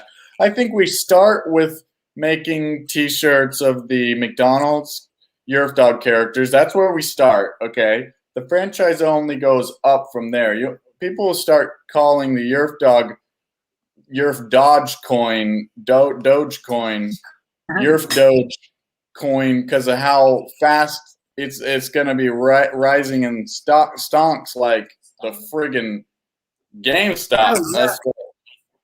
And I actually have more money than I've had in a long time because, like, I've been getting paid to do nothing for a whole year now. And you haven't been spending money because you haven't been able to go out. Yeah, well, what would I spend money on? You're just saving a bunch of money. So now think of all the theaters you're going to be able to rent whenever theaters open up to play the Yerfdog movie. Yeah. Yeah, we'll make the Yerfdog McDonald's shirts for sure. That's all I want. Well, I mean, if you know how to do that, I have no idea how to make shirts. We make shirts. We're going to make patches. We're going to make totes. We're going to make hats. Look at that. I got my own. We got hats over here. Yeah, I saw that this morning on your other show. That's right, baby. I should make more enamel pins, but with the McDonald's characters. Yes. Only fans of the Yerfdog Show movie will understand. Yeah. Oh, man. I love the McYerfdog shirts. The McYerf shirts. Anyway, Dave, I'm going to say farewell. This has been a wonderful evening. Thanks for letting me co-pilot this. Sure. Yeah. Thanks for to everyone for watching. I'm glad that people got some enjoyment out of this insane project and insane commentary on top of the project. Amen. It was a wild ride. I'm gonna rewatch this commentary. Like the little nuggets in there, glorious, glorious nuggets. Yeah, it was fun. I'm sure you'll rewatch that part where Chad says he would be reincarnated as you over and over again for a little while. I will. I'll be looping that. I wish Vine wasn't gone, or else I'd turn it into a Vine so that I could have it looping in the background of my life. Yeah, I guess you could put it on TikTok. Fine, I'll put it on TikTok. I have to figure out how TikTok works. Yeah, 2 hours until your birthday, Dave. Oh yeah, I know. I only ever wanted to be 41. I never wanted to be 42.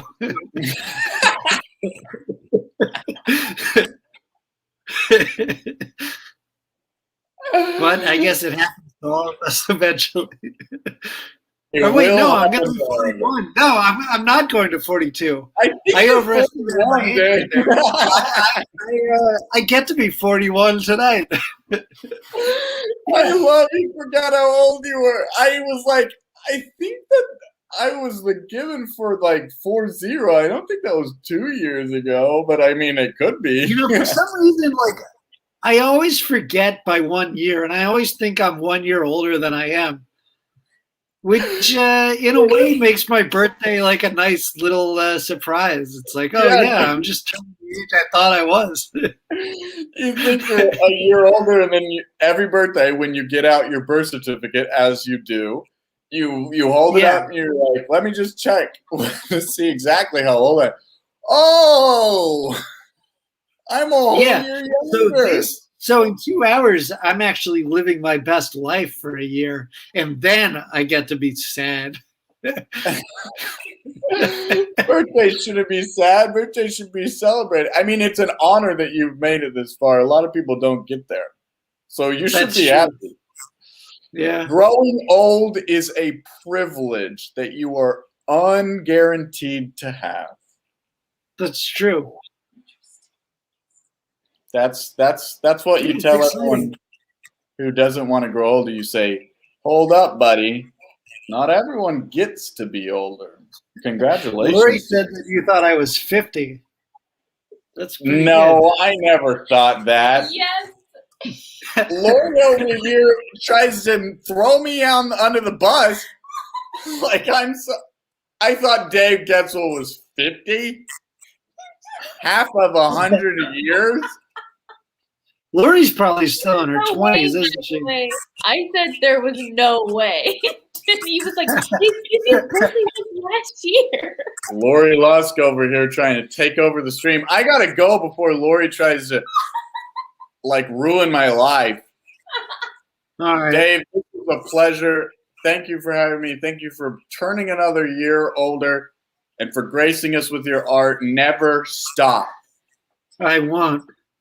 Never stop Yerfdog. Because me and John are making this Stephen Humps cartoon, so that'll be out. That is wonderful. It's so good to hear. That's what I was asking about the future of your franchise. What is happening? So you got Stephen Humps in the works.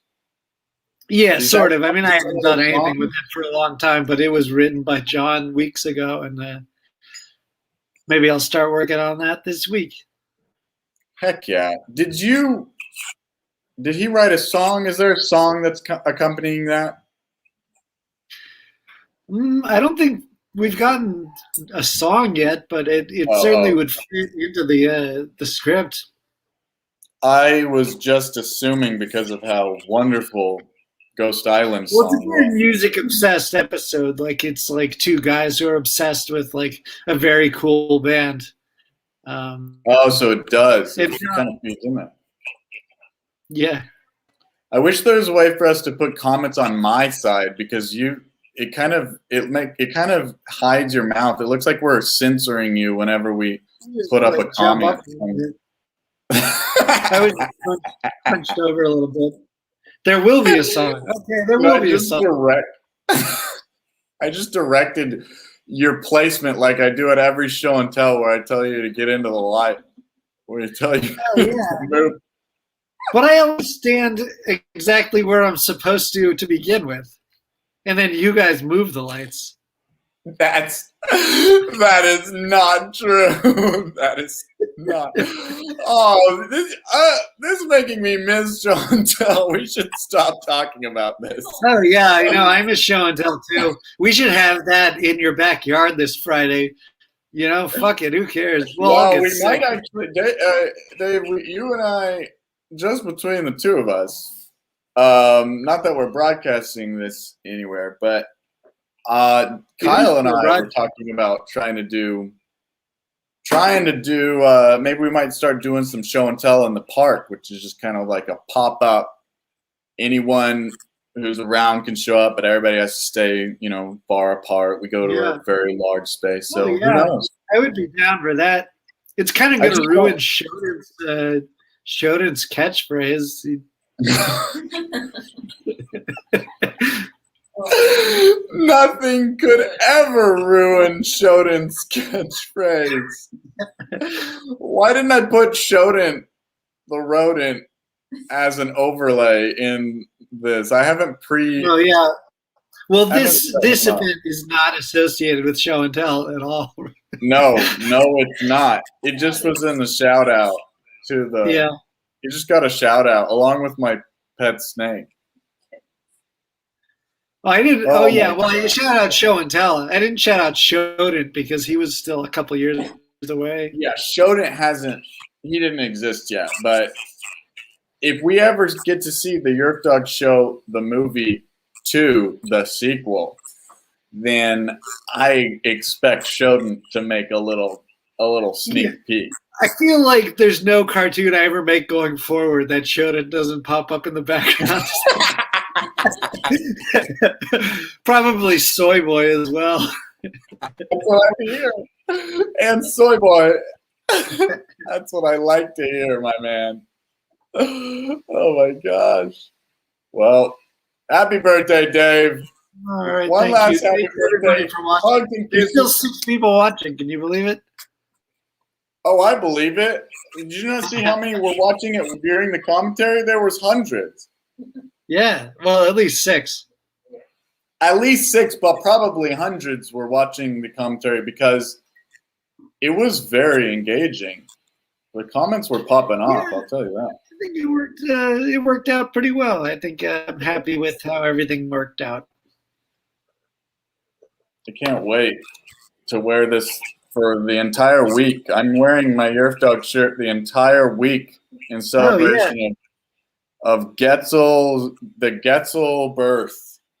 It's a classic Getzel birth week. I hope everyone has a good night. Yeah, I'm thanking everybody for watching this shit.